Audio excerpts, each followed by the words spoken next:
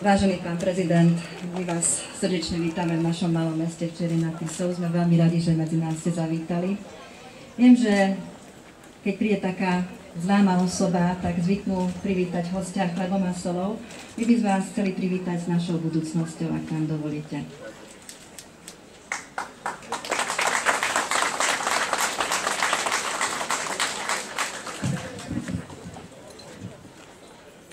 Kde blízko tečie rieka Tisa a šepká tráve ako rásť, kde vietor hladí stromom listy, je naša zem, naša vlast.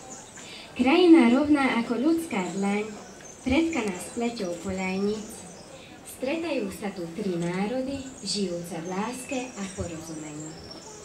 Dnes i to slniečko jasnejšie svieti, vetríček letný rozohná mraky, roznáša do sveta slovíčka vďaky, že k nám dnes zavítal hosť vzácny.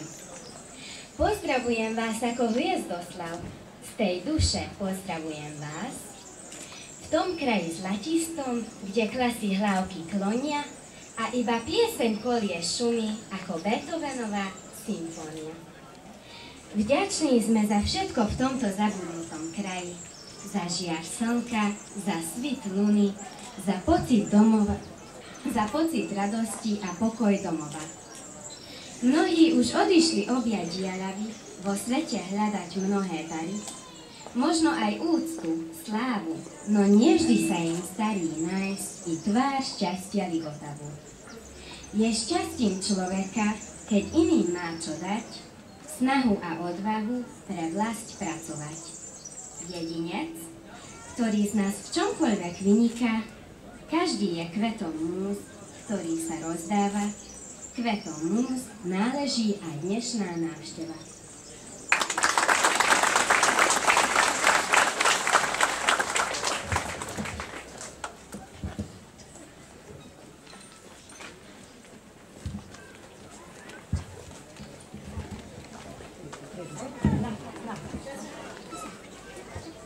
Vítajte u nás v našom mestečku, sme radi, že ste tu s nami trošičku. Dostali sme veľkú úlohu pozdraviť dnes vás, známu osobu. Z Bratislavy prišli ste na druhý koniec Slovenska, cíťte sa u nás príjemne, pán Kiska.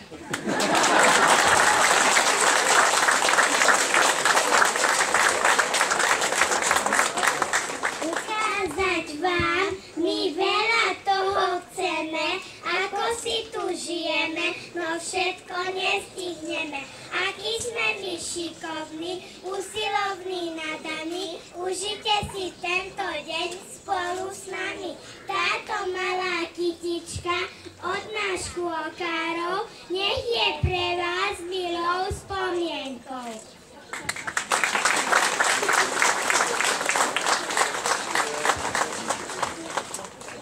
Ďakujem.